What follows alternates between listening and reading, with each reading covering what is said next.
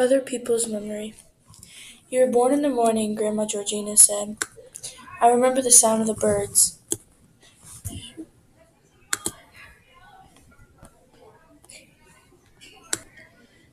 Me and old blue jays squawking. They like to fight, you know. Don't mess with blue jays. I hear they can kill a cat if they get mad enough. And then the phone was ringing.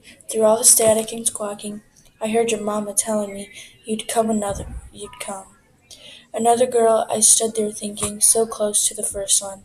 Just like your mama and Caroline. Not even a year between them and so close. You could hardly tell where one ended and the other started. And that's how I know you came in the morning. That's how I remember. You came in late afternoon, my mother said. 2 days after I turned 22. Your father was at work. Took a rush bus, trying to get to you. But by the time he arrived, you were already here. He missed the moment, my mother said. But what else is new? You're the one that was born near night, my father says. When I saw you, I said, she's the unlucky one. Come out looking just like her daddy. He laughs right off the bat. I told your mama we're going to call this one after me. My time of birth was listed on the certificate, then got lost again amid other people's bad memories. No return. When mother comes home from the hospital with me, my older brother takes one look. Inside the pink blanket says, take her back, we already have one of those. Already 3 years old and still doesn't understand how something so tiny and new can't be returned. How to listen. Number one. Somewhere in my brain, each laugh, tear, and lullaby becomes a memory.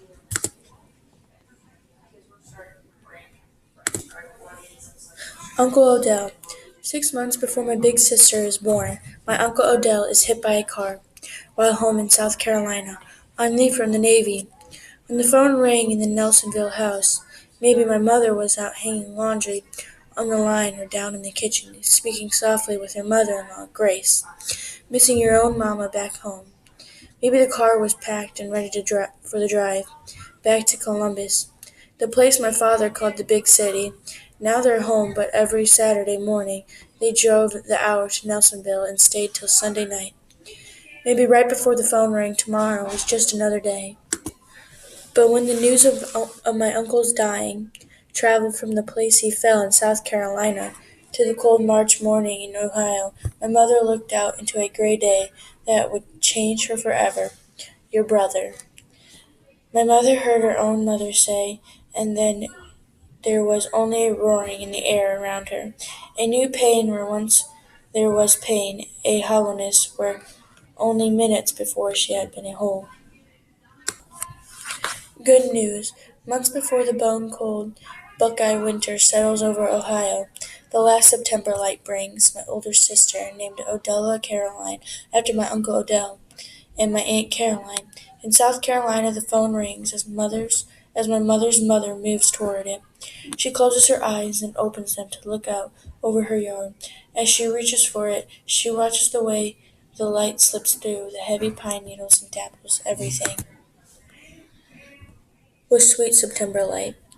Her hand on the phone now, she lifts it praying silently. For the good news, the sweet chill of autumn is finally bringing her way. My mother and Grace. It is the South that brings my mother and my father's mother, Grace, together. Grace's family is from Greenville, too, so my mother is home to her, in a way her own kids can't understand. You know how those Woodsons are, Grace says. The Woodsons, this in the North, that make Mama smile. Remember that Grace, too, was someone else before. Remember that Grace, like my mother, wasn't always a Woodson. They are home to each other. Grace to my mother is as familiar as the Greenville air. Both know that Southern way of talking without words. Remember when the heat of summer could melt them out, so Southerners stayed quiet. Look out over the land, nodded, in what seemed like nothing. But that silent nod said everything anyone needed to hear. Here in Ohio, My mother and Grace aren't afraid of too much air between words or happy, just for another familiar body in the room. But the words in my mother's mouth became the missing after Adele dies, a different silence that either of them has ever known. I'm sorry about your brother, Grace says. Guess God needed him back and sent you a baby girl. But both of them know the hole that is missing isn't filled now. Uh-huh, my mother says.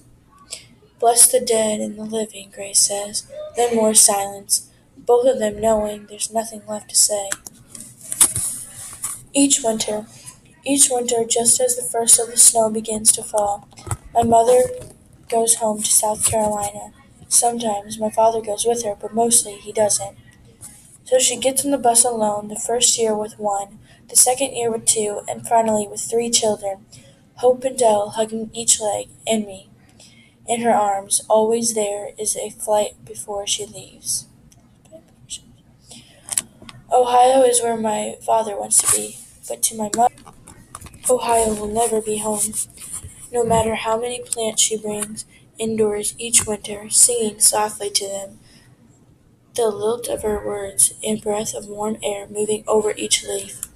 In return, they hold on their color, even as the snow begins to fall, a reminder of the deep green South, a promise of, of life somewhere.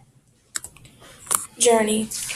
You can keep your South, my father says. The way they treated us down there, I got your mama out as quick as I could, brought her right up here to Ohio.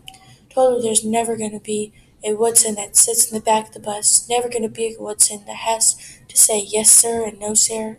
White people, never going to be a Woodson made to look down at the ground. All you kids are stronger than that, my father says. All you Woodson kids deserve to be as good as you already are. Yes, sir, Bob, my father says. You can keep your South Carolina. Greenville, South Carolina, 1963. On the bus, my mother moves with us to the back. It is 1963 in South Carolina, too dangerous to sit closer to the front and dare the driver to make her move. Not with us, not now. Me in her arms, all of 3 months old. My sister and brother squeezed into the seat beside her, white shirt tied, and my brother's head shaved clean, my sister's braids white ribbon. Sit up straight, my mother says. She tells my brother to take his fingers out of his mouth. They do what is asked of them, although they don't know why they have to. This isn't Ohio, my mother says, as though we understand. Her mouth a small lipstick dash, her back sharp as the line "Do not cross" colored to the back. Step off the curb if a white person comes toward you. Don't look them in the eye. Yes, sir. No, sir. My apologies. Her eyes straight ahead. My mother is miles away from here. Then her mouth softens. Her hand moves gently over my brother's warm head. He is 3 years old. His wide eyes open to the world. His two big ears are already listening. We are as good as anybody, my mother whispers. As good as anybody. Home. Soon we are near my other grandparents' house, small red stone, immense yard surrounding it, Hall Street, a front porch swing thirsty for oil, a pot of azaleas blooming, a pine tree, red dirt wafting up around my mother's newly polished shoes.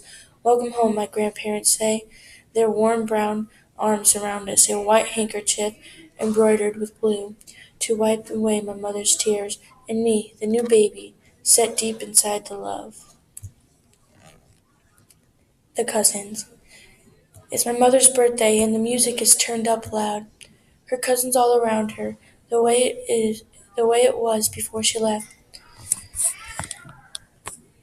The same cousins she played with as a girl. Remember the time they asked when we stole Miss Carter's peach pie off the windowsill, got stuck in the ditch down below Todd's house, climbed up that fence and stuck into Greenville Pool, weren't scared about getting arrested either. Shoot, nobody telling us where we can and can't swim. And she laughs, remembering it all. On the radio, Sam Cooke is singing, twisting the night away. Let me tell you about a place somewhere up a New York way. The cousins have come far away as